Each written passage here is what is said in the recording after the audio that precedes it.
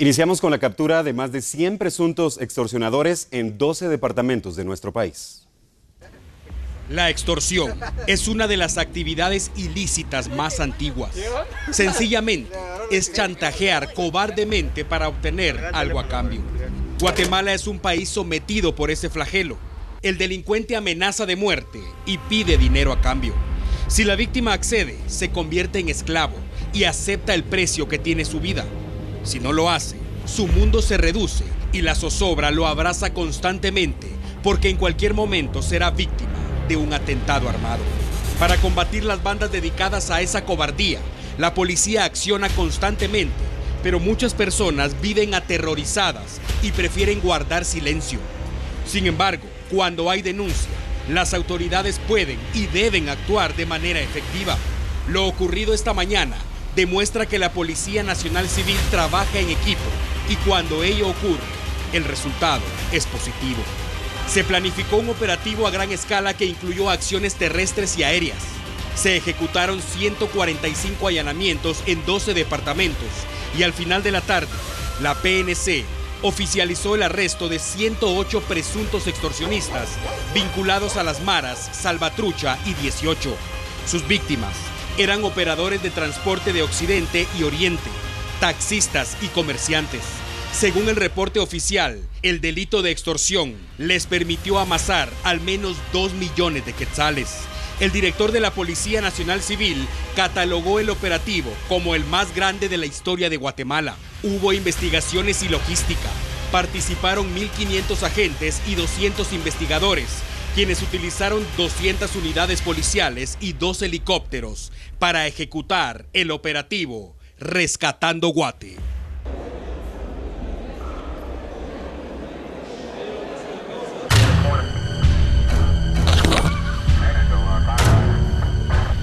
Continuamos con el tema. Los ministerios público y de gobernación explicaron las estrategias de operación de las bandas dedicadas a extorsionar y que hoy fueron desarticuladas. El Ministerio Público junto al Ministerio de Gobernación detallaron la forma de operar de las estructuras criminales desarticuladas hoy. Esta organización criminal se caracterizaba por la siguiente forma de operar. Le entregaban un celular a sus víctimas, luego les realizaban llamadas y luego les intimidaban. En algunos casos se utilizaban armas de fuego y la forma en que percibían este dinero era a través de depósitos bancarios y en algunas oportunidades estos pagos se realizaban mano a mano. Al menos 11 empresas eran amenazadas por los delincuentes y la mayoría de los capturados pertenecen al barrio 18 y la Mara Salvatrucha. Dentro de ello vale destacar que se está operativizando a 2 estructuras criminales, Mara Salvatrucha y la pandilla o el barrio 18, dentro de los que se destaca 37 aprehensiones de Salvatrucha y el resto integrantes de la pandilla 18. El operativo Rescatando Guate es el más grande hasta el momento en la historia del país. Por la magnitud de la operación, los ministerios público y de gobernación se vieron en la necesidad de instalar un juzgado en el Club de Oficiales de la Policía Nacional Civil en la zona 6 capitalina para llevar a más de 100 capturados durante las diligencias. Según los investigadores, los supuestos delincuentes obtuvieron cerca de 2 millones de quetzales producto de extorsiones contra transportistas y comerciantes en todo el departamento de Guatemala.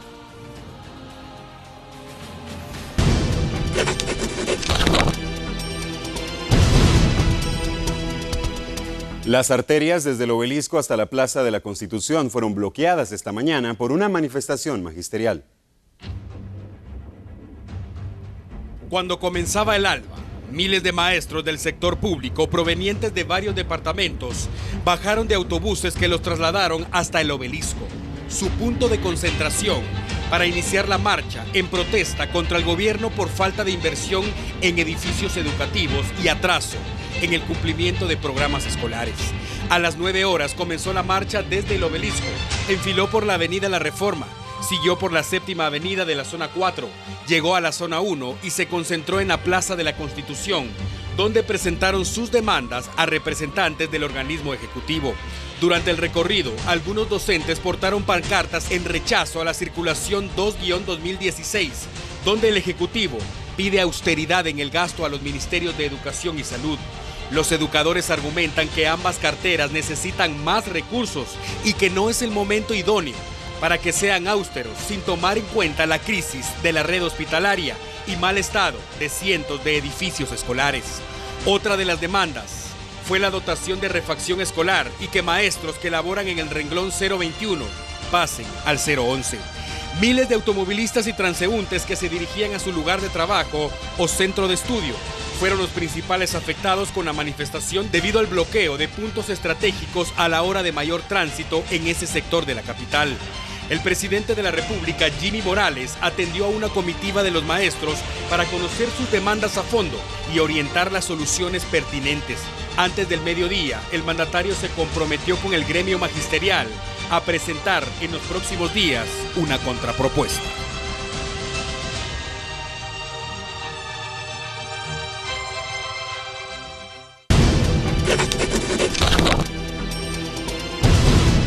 En respuesta a la movilización de los educadores, autoridades del Ministerio de Educación se refirieron a las demandas de los docentes y a la reestructuración del sector magisterial.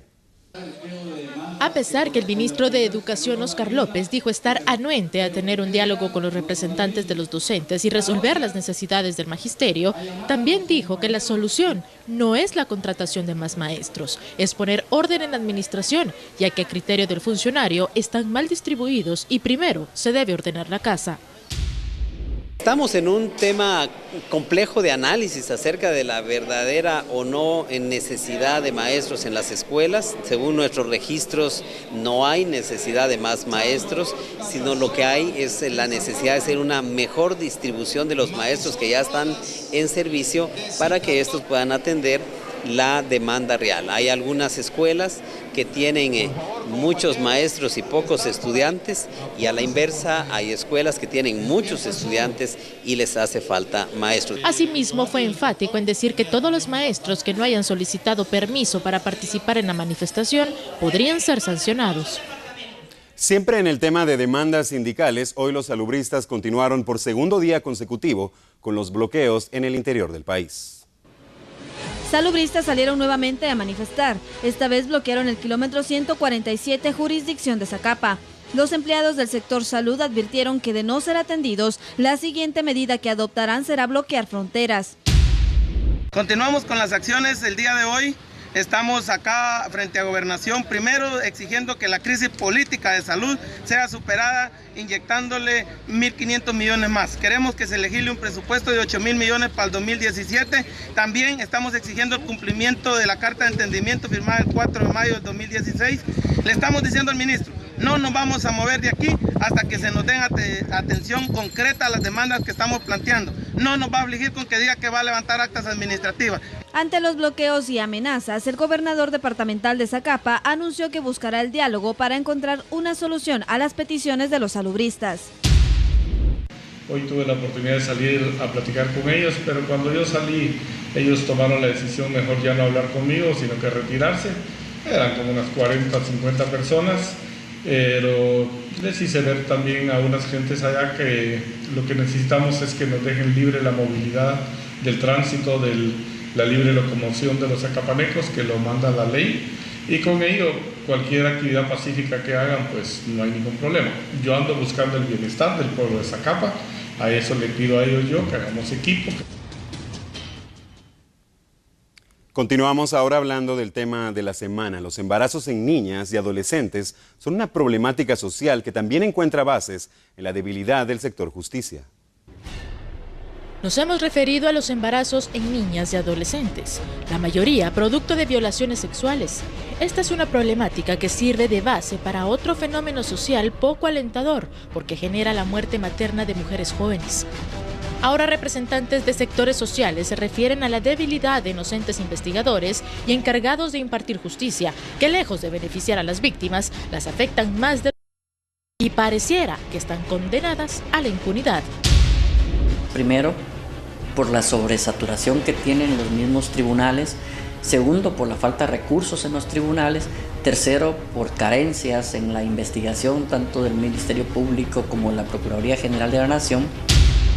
Hay una seria necesidad de poder realmente fortalecer al Ministerio Público para que logre realmente cubrir la demanda en el tema de niñez y adolescencia.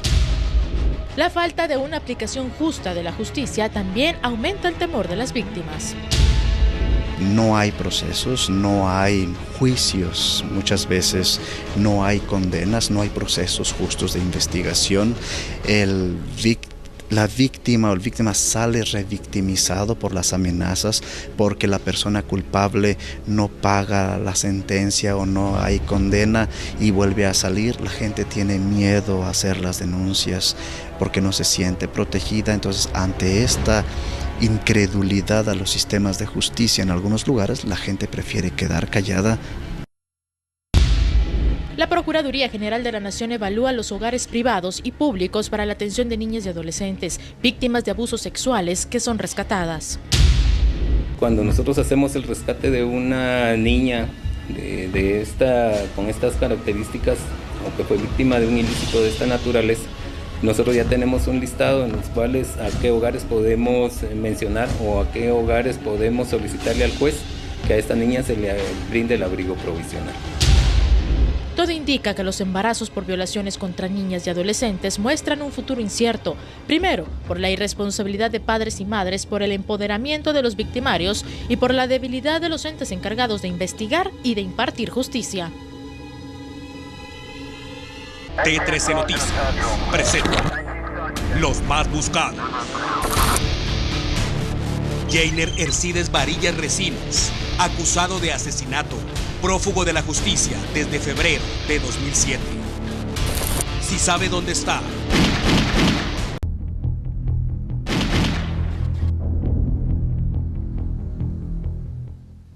Dos hombres, uno de 25 años y otro de 24, fueron asesinados hoy. El común denominador que prevalece en estos días es que ambos eran pilotos de autobús.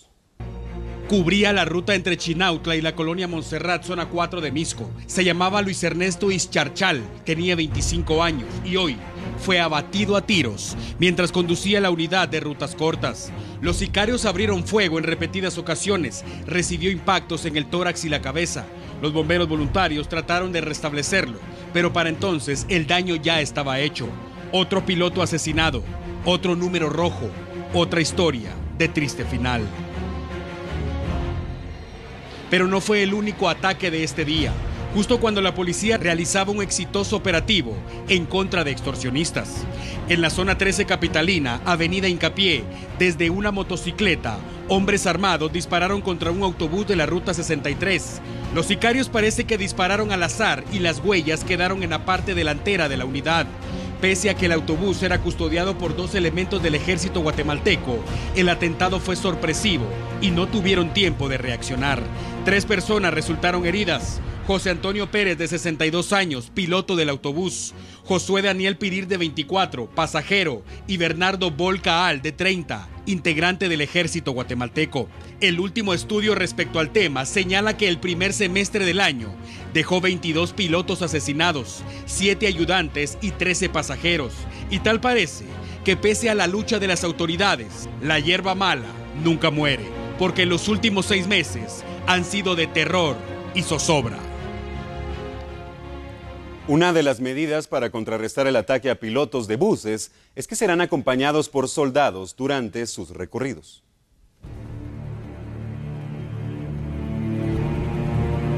El Ministerio de la Defensa brindará seguridad a unidades de transporte colectivo, en consecuencia por los múltiples ataques armados contra buses urbanos. Hoy, en uno de los ataques, un soldado resultó herido. La orden general es mantener activos los 6 escuadrones militares de protección que operan dentro de la ciudad capital.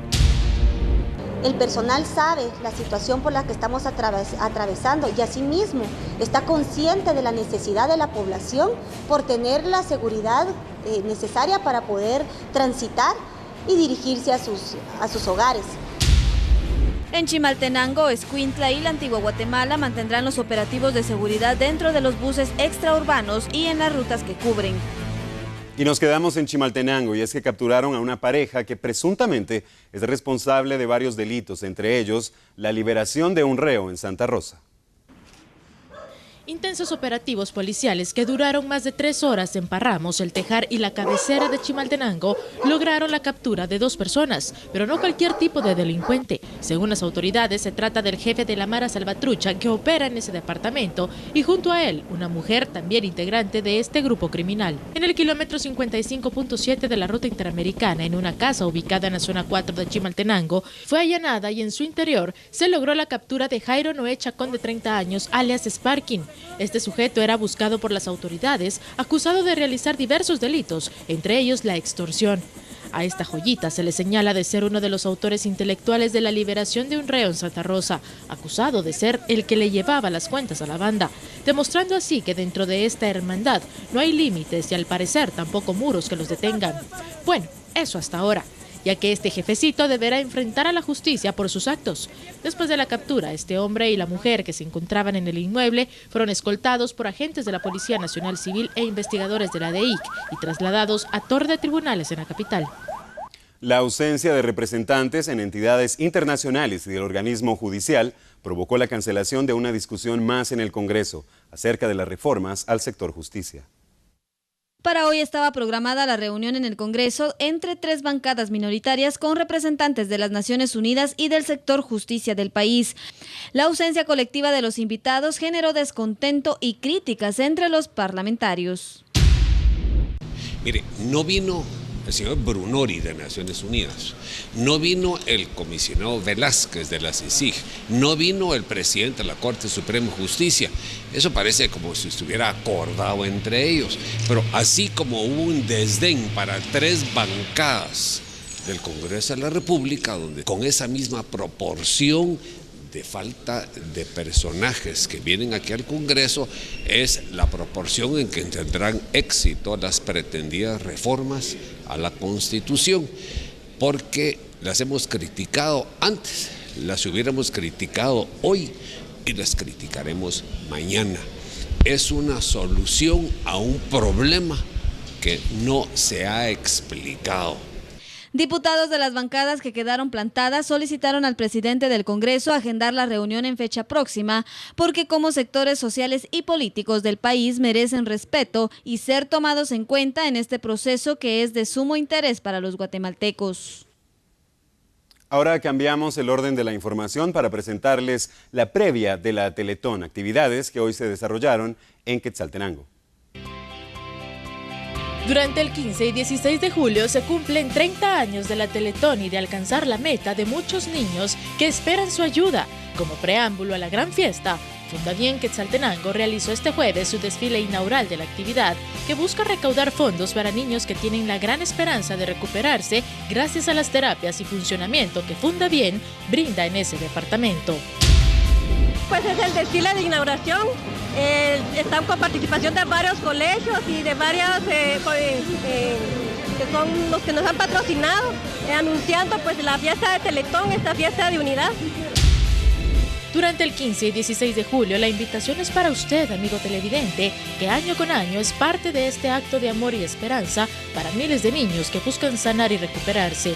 Cada terapia es un logro y es un paso para acercarlos a la meta. Como siempre, el compromiso se reafirma también con la Televisión Nacional Grupo Albavisión, quien formará parte de esta importante actividad para que usted no pierda detalle de lo que sucede en esta Teletón 2016, que arranca llena de amor, solidaridad y esperanza de vida para miles de niños y sus familias.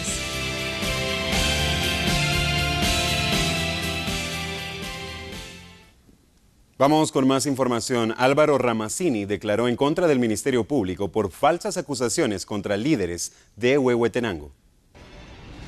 Tras las acusaciones del Ministerio Público contra varios líderes comunitarios señalados de detención ilegal e instigación a delinquir en Huehuetenango, Álvaro Ramazzini, obispo de Huehuetenango, se presentó ante el Tribunal de Mayor Riesgo A, donde abogó por los detenidos y acusó al ente investigador de haber hecho falsas acusaciones. Son acusaciones falsas.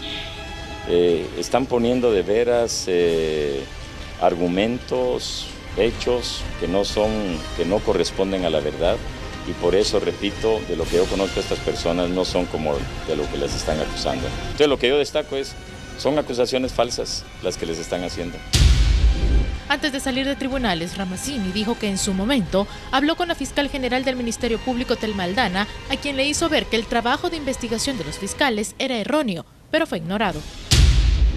Por eso después yo personalmente busqué a la fiscal general para decirle, fiscal, mire, este documento está lleno de mentiras.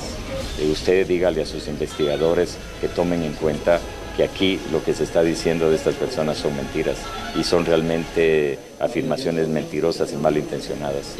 Continuamos con más información. El presidente de la República presentó hoy su informe de los primeros 6 meses de gestión.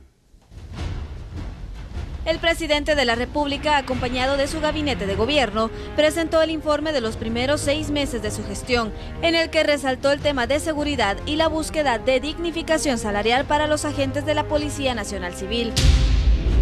Aciertos, creo que hemos reducido la brecha fiscal. Creo que hemos priorizado lo que hace falta y que fue nuestra promesa: salud, educación, lucha contra la corrupción. Vemos también que en determinado momento nuestra imposibilidad de comunicar muchas cosas ha generado algún problema de desconocimiento sobre algunas rutas que se han tomado. A 6 meses de tomar el cargo, el mandatario asegura que el rumbo que lleva su administración es el correcto. Morales asegura que ha logrado avances, por lo que restó importancia a las críticas y pidió a los ministros que continúen su labor. El gobernante enumeró 3 aciertos de su gestión: haber reducido la brecha fiscal, haber priorizado acciones en salud, educación y lucha contra la corrupción y dignificar a los trabajadores de la Policía Nacional Civil con un incremento salarial. El jefe del Ejecutivo aseguró que no se ha desviado de las 5 promesas: lucha contra la corrupción, salud, educación, desarrollo económico y seguridad.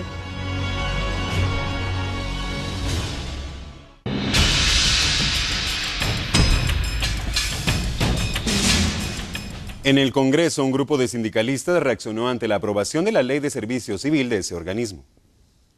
Después que el organismo legislativo aprobara las reformas a la Ley de Servicio Civil buscando de alguna forma frenar el abuso de poder y al desorden administrativo que se ha denunciado, quienes no están muy contentos con la noticia y hasta incluso se han pronunciado al respecto es el Sindicato de Trabajadores del Congreso. Tenemos que ver primeramente el contenido para tener bases sólidas y jurídicas para estimar ahí si hay violaciones al Estado de Derecho y específicamente en el tema laboral. Entonces están haciendo las cosas solo de forma, pero no de fondo. Esto hay que trabajarlo y hay que trabajarlo bien. Ellos no se sentaron con nosotros, en ningún momento nos mandaron a llamar formalmente que muestren las invitaciones a los sindicatos para tratar esa ley, nunca. Dentro de las reformas también se incluye limitaciones de horas extraordinarias y evaluaciones de desempeño, y esto para los sindicatos mayoritarios representa que en caso de detectar inconstitucionalidades, accionarían legalmente según manifestaron. Además, cabe resaltar que antes de la aprobación existían 26 enmiendas, pero la mayoría de las aprobadas son las sugeridas por la Comisión de Apoyo Técnico. Y después de una millonaria suma que habría sido evadida al fisco, hoy concluyó la corta intervención al Hotel Camino Real. La Superintendencia de Administración Tributaria confirmó que concluye la intervención en el Hotel Camino Real. El Juzgado Noveno de Instancia Penal ordenó el retiro de esta medida durante los meses de marzo a junio de 2016 como resultado del seguimiento de los procesos administrativos y jurídicos presentados en tribunales. La SAT recaudó aproximadamente 900 millones de quetzales. En el caso de Camino Real, la empresa canceló el pasado martes 45 millones de quetzales que adeudaba en impuestos a la SAT. Tras la intervención y una serie de allanamientos a la empresa. Pese a que la intervención fue cancelada, el proceso penal contra Óscar Humberto Jiménez Contreras, gerente administrativo del hotel, y Carlos Enrique Monteros Castillo, presidente y representante legal de la firma, continúa. Jiménez Contreras fue ligado a proceso por los delitos de defraudación tributaria y caso especial de defraudación tributaria y recuperó su libertad bajo fianza, aunque tiene orden de arraigo mientras investigan su caso, mientras que Monteros Castillo permanece en un hospital privado y espera los resultados de los exámenes del INASIF